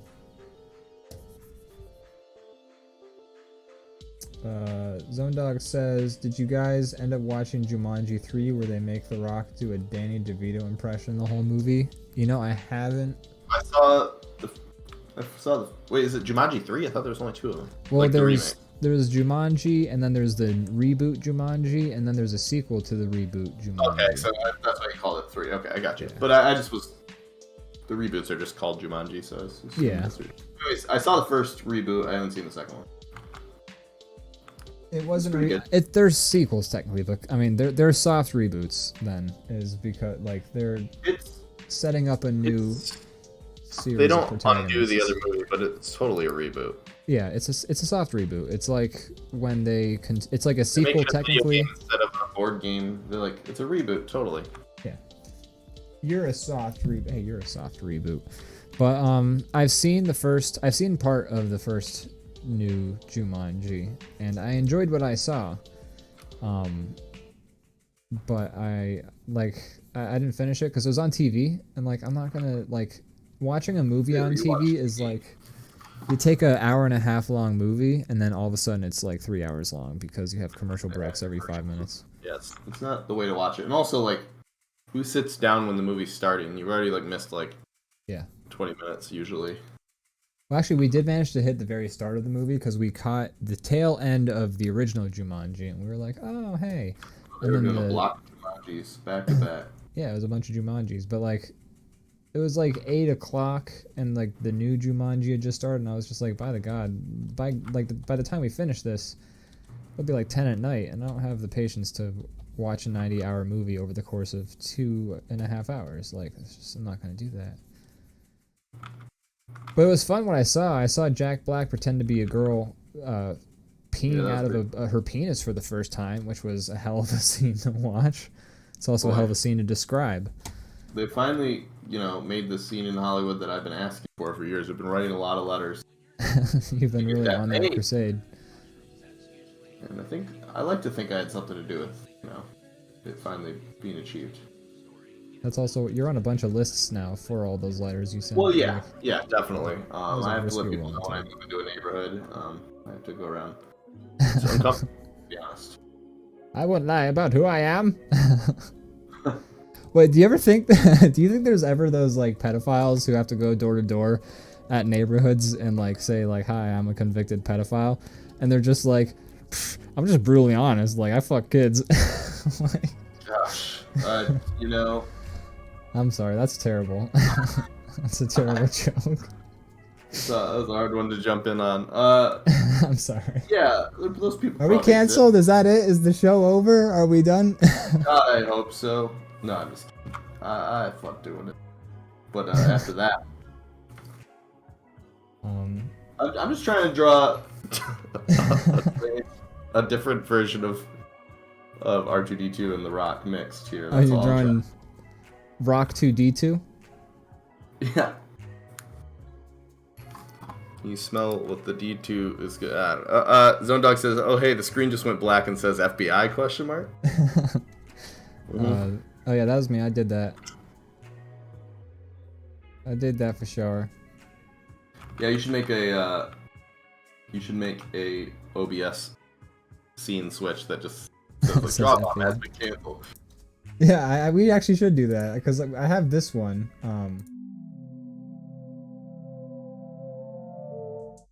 But yeah, I should. I should add some funny scenes that we can switch to that like will be. There are times where I think of a funny joke that would be great to switch to as a scene, but just because of the way OBS is and everything else, it would be really hard to set that up on the fly. It's like you have to. Yeah. Well, yeah, no. Stuff ahead of time. I should message Zach to pretend to bust in. You'd do it. He wouldn't say no. He'd come through, swinging through the window. Yeah, he'd yell at the top of his lungs, be like, stick him up. Yeah, he would commit to the bet. He would commit. No question. Mm-hmm. So 3 out of 3 of us agree that Zach would do it. Yeah. Oh, yeah, he'd be thrilled. He'd have a good time with it. He'd make a day of it.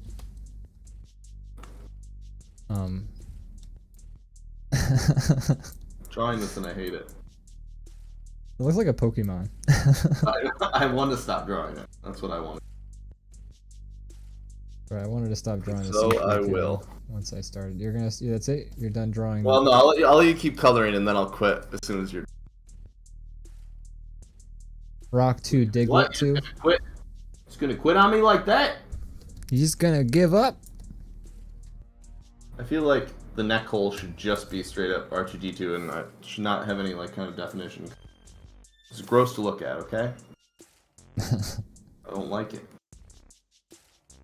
You gotta figure out where to like have the robot meet flesh, That's the hard part. I'm just gonna do the neck hole. Ew. Ew. He said I'm just gonna do the neck hole.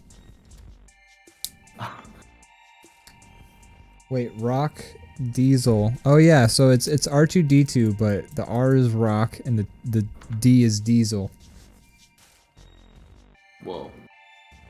Enemies. That's true, they are enemies. They don't like each other in real life. I wish I could have a fly on the wall for that argument. Me too. I kind of think that the theory that they like. I listened to that Newcomers podcast where it's Lauren Lapkus and Nicole Byer, and like they talk about like the Fast and the Furious series where they have John Gabris on because Lauren Lapkus was busy having a kid. Yeah. And in it they talk about how in like the Fast and the Furious movies, like Vin Diesel is like handles it very dramatic and like very soap opera-y in like his acting, and like The Rock is always like doing The Rock, like in his action movies he's being like he's doing The Rock and that's like a different vibe than the rest of the acting in the Fast and the Furious series.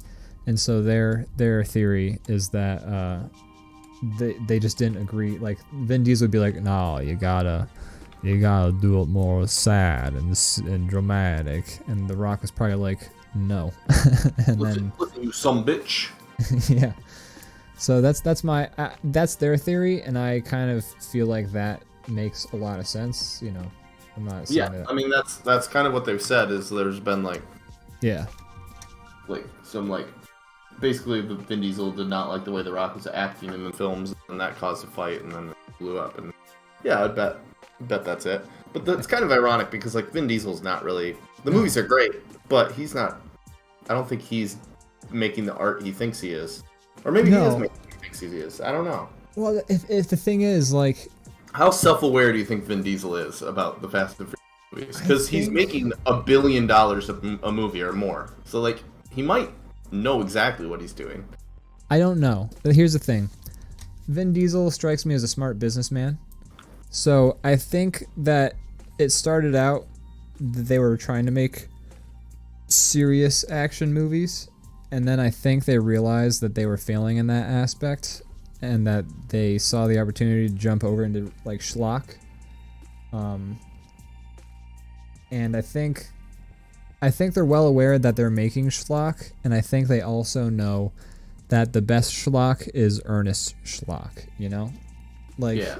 So I think they're partially self-aware, like you're saying, but there's little things that occasionally happen in the series that make me like unsure, because there's like rules about Vin Diesel's character. Like he has to be like yeah, always right. He has to be like he can't lose. Like he's just like he has to be able to tear down an entire like catwalk with his bare arms. There's an ego that's visible from the actual film, from the creator, like people making it, and you're like, okay, so this makes me wonder if you actually think this is something more than what it is. That's where it gets dicey, and I don't know the answer. Like I can't fully lean one way or the other, but maybe that's the magic of it. Maybe Vin Diesel is well aware that like if he makes himself look vain, then that increases the fun schlock factor. Like that's part of the fun of it too, is like how ridiculous Vin Diesel is allowed to be as a character. Yeah, like all of the decisions. They gotta be more self-aware than we give them credit for. They have to be, but like that's the brilliance of it, is that every decision points in both directions equally. Like no matter what, they've played it like it's like kayfabe, you know, in wrestling. Kayfabe, do you know what that is? No. So like kayfabe is the rule in wrestling of like basically staying in character. So like according to it's like this like unwritten code that wrestlers in professional wrestling like follow. And kayfabe is basically like you're in public. If you're John Cena, you are John Cena as a character. Like if you're John Cena being evil John Cena in public, like you gotta be evil John Cena at like fan appearances. Like in your home life, obviously you can be yourself, but like if you're out promoting the show, you can't drop the act. Like you gotta be your character. Yeah. So that's called kayfabe, and like it's like a big deal apparently. And I don't know how like the rules might have changed since like professional wrestling really popped off in like the 70s or whatever. But you know, it's apparently it's a big deal to drop kayfabe, to like stop being in character, and that's sort of it. Like all of like the press tours and like junkets and like all of the stuff that they talk about surrounding the Fast and the Furious series feels like kayfabe. Like it feels like if they let you know how self-aware they are, that'll ruin the magic. Yeah. But like that could also just be like they are also oblivious and they are not self-aware. But they feel like the movies feel made to be self-aware. Like I don't know. Every time they make one, it feels more like they know what they're making at this point. Yeah, it's they make jokes about it. There's meta jokes in there now. Like there's meta jokes, exactly. Yeah, like the whole most recent movie is like Tyrese's character is just like commenting on how ridiculous the series has gotten up until that point. Like Tyrese, the way his character is written, feels like they're aware, but the movie's script is still dumb enough that it's like another couple steps back away from self-aware. So you know. Yeah. What are you drawing now? What is that guy? I don't know. It's like Luke Skywalker, like when he's trying to escape the Wampa cave. Kind of what I was doing. It was like a weird Luke, but I didn't want to say Luke because I wasn't really putting a lot of work into the likeness. Oh, well, there you go. If you saw it, then that's great news. That's what I was trying to do. Glad to hear it. Gosh, I don't know what else to say. I don't know what else to draw. Did you say that you haven't said already? I don't know. I made a joke about fucking kids earlier, and like I feel like once you've crossed that line, you just kind of like give up. I don't know.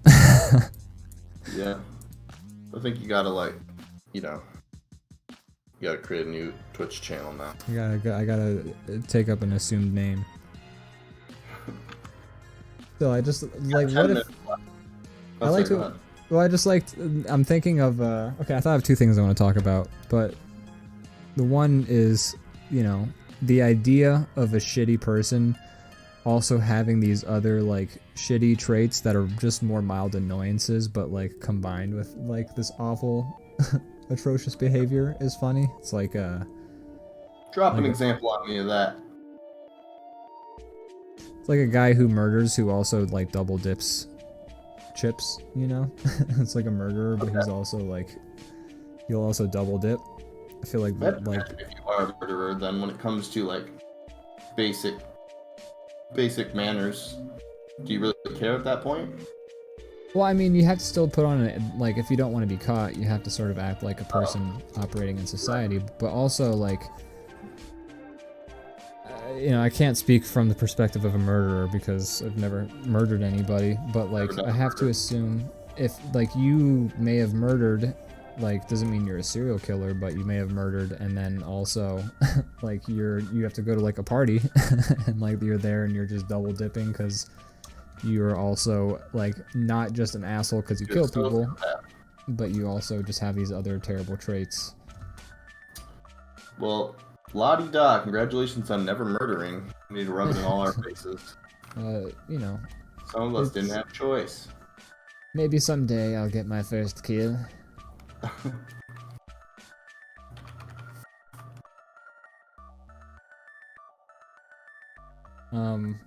Oh yeah, so I found a new type of meme that cracks me up. Okay. And it's called Santa denier memes, or Santa truthers, or whatever. Basically it's memes where you act like Santa Claus is real, and you make, like, disparaging comments about people who don't believe in Santa Claus. It's not that, like, I feel like that's not even, like, that far from, like, the realm of possibility these days. It's not. It's like flat earthers. It's like funny, I suppose, but it's like one step removed from flat earth. But it's like taking, it's like basically like taking flat earth memes from the perspective of a person who believes that the earth is flat, but like, you know, applying it to something that is clearly a, like, made up child's, like, mythology thing. Just that cracks me up so much. What can you, like, think of some of the examples, not to put you on the spot? Oh yeah, so, like, the one is, like, it shows a picture of somebody, and it's like, the one is it shows Patrick Bateman, Christian Bale from American Psycho, and it's the scene where he sees Barry's business card, and he, like, freaks out. He has, like, he has an he, like, has an internal breakdown because, like, is it Paul Allen? Barry? Paul Allen, I think, or Paul something. I think it's Paul Allen, actually. I think it's Paul. Right. But yeah, Paul Allen's business card is just like, it's like, first of all, it's a very bland business card, but he thinks it's immaculate, and, like, he has, like, an emotional breakdown essentially. And it's like him looking, like, when he has that, like, look on it, like, his face when he first sees the card, and it's the caption says Santa deniers when their presents say from Santa.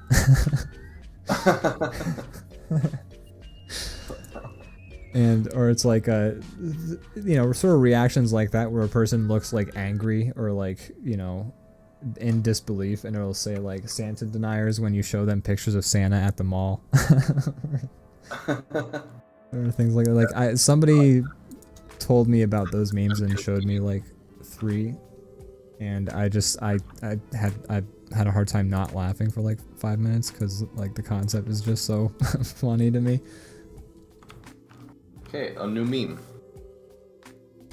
That's right. You don't see new memes that often anymore. You don't. I mean, I feel like there's a new meme every month, but it's rare that it's just, you know, there's a meme for everything nowadays, so it's rare that you find the one that's going around that really hits you in your funny spot, you know? And, like, something about that, the Santa denier memes really cracks. Like, it's like, Plead the Filth is dropping some Santa denier myths in the memes and stuff part of DrawBomb Live Discord, so let's use that as a quick time to drop. Join the Discord. Why don't you? And I'll pop some of these Santa denier memes onto the canvas for us real quick. Oh yeah, we also have somebody's artwork to show off. First off, I'm going to post the Santa denier meme.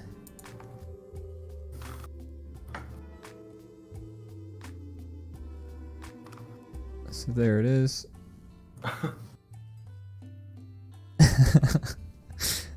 Yeah. Checkmate, Ben Shapiro. Yeah. So it's just, like, funny acting like you're an adult, but you think Santa Claus is still real. Yeah, so like trying to have real debates. Yeah, but also, like, just, like, there's also, like, sort of this nugget in the memes where, like, Santa, it's supposing that Santa Claus is actually real because, you know, like some of them it's like the situation where Santa Claus is still giving them presents doesn't make sense unless he is real, so it becomes even funnier where it's like sort of bolstering the mythology of Santa Claus as well.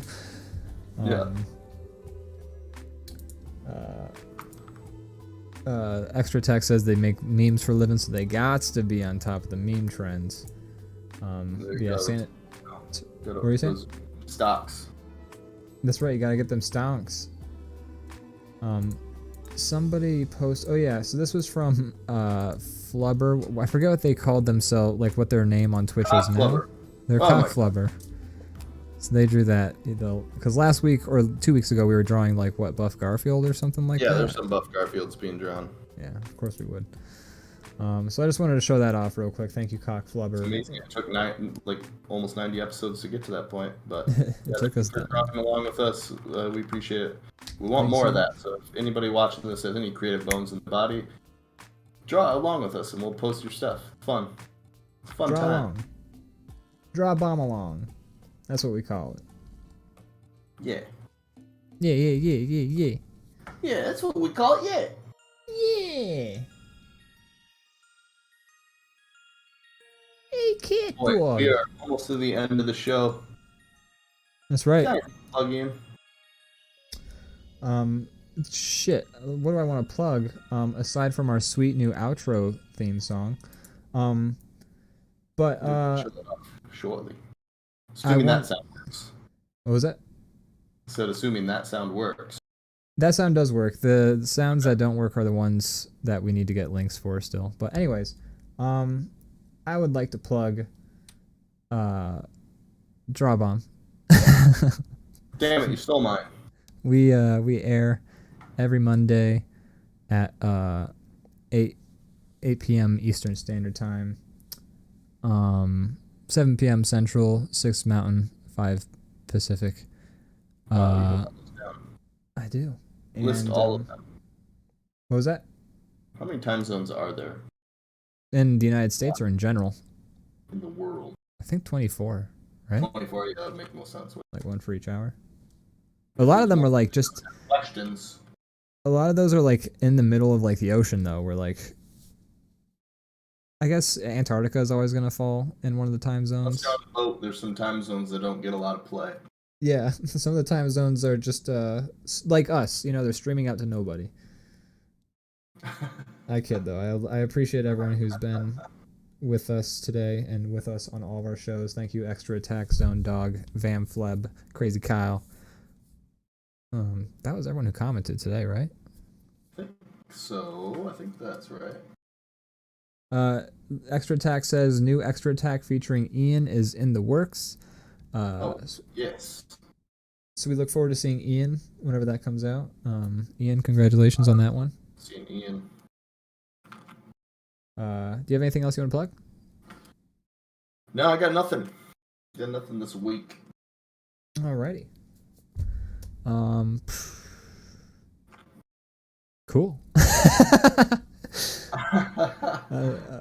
think it's time to play us off. That's what I think. Well, I have been playing us off.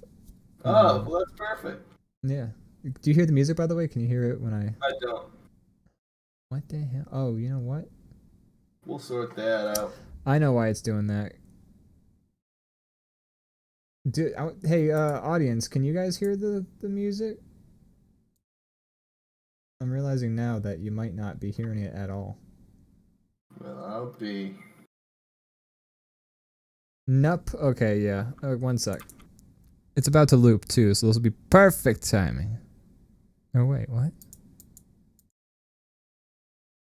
Hold on. This is what we were running into when you were running it, too. Like, we all of a sudden... The shit's not sending through for some reason. Oy vey. Give me a sec.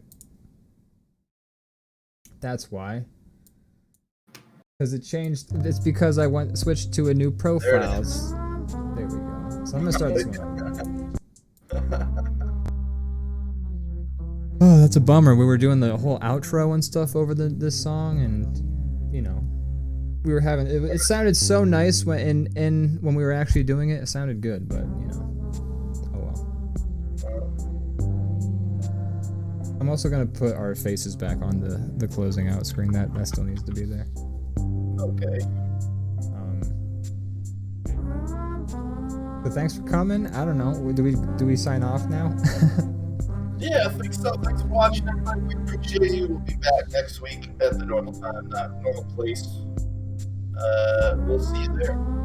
Yeah. Draw some shit. Draw some shit. Okay, bye. Not actual shit. We'll get banned. Bye.